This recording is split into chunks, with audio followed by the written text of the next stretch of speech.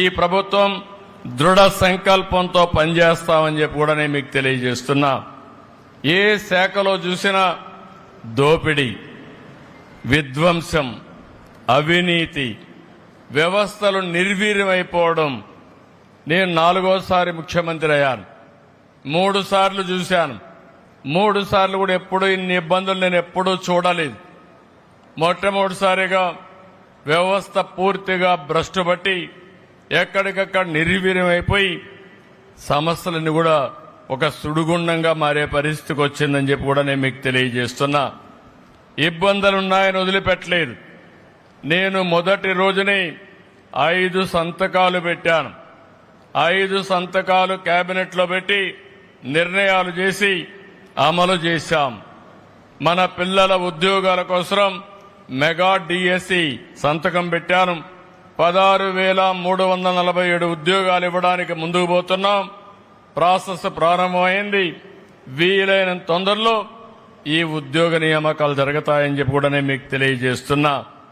అదే సమయంలో పేదవాళ్ళకి ఏదైతే ఆ రోజు ఒక మాట చెప్పాను, ప్రతి ఒక్క ఇంటికి పెద్ద కొడుకుగా ఉంటా, మీ బాధ్యత తీసుకుంటానని చెప్పి పింఛన్ 4,000 రూపాయలు ఇస్తానని చెప్పాను. అంతేకాదు ఏప్రిల్ నుంచే ఇస్తా అన్నాను. అందుకే ప్రభుత్వం వచ్చిన మొదటి నెలలో 7,000 రూపాయలు ఇంటికి తీసుకొచ్చి ఇచ్చిన పార్టీ ఎన్డీఏ ప్రభుత్వం, తెలుగుదేశం అని చెప్పి నేను మీకు తెలియజేస్తున్నా. ఇప్పుడు కూడా 4,000 రూపాయలు 2వ నెల కూడా ఇచ్చాం. ఎప్పుడూ ఇస్తాం. 65 లక్షల మందికి దగ్గర నెల 2,737 కోట్ల రూపాయలతో ఈ కార్యక్రమాన్ని ముందుకు తీసుకెళ్తాం.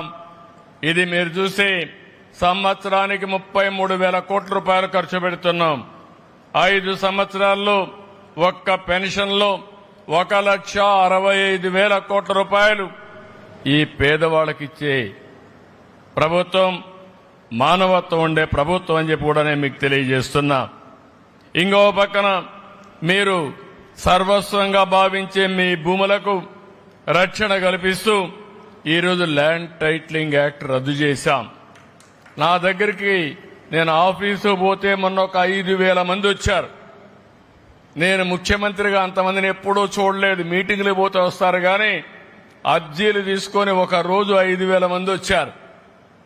ఏంటి సమస్యలంటే ఎక్కడికక్కడ ప్రజల్ని సమస్యల సుడిగుండంలో నెట్టేశారు.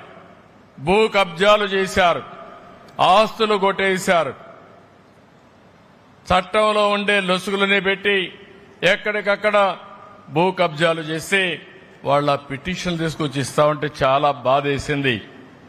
ఇలాంటి సమస్యలని మనం చూసినప్పుడు ఒకటే హామీ ఇస్తున్నా, ఈరోజు ల్యాండ్ టైటిలింగ్ యాక్ట్ రద్దు చేశామంటే ఆ చట్టం గాని రద్దు చేయకపోయి ఉంటే మీ ఆస్తి మీది కాదు. ఇక్కడుండే కాలేజీ కూడా, మేరీ స్టెల్లా కాలేజీ కూడా వేరే వాళ్ళకి రాయిచ్చేసేవాళ్ళు, లేదంటే రికార్డులో మార్చేసేవాళ్ళు. అలాంటి దుర్మార్గమైన పాలన జరిగింది.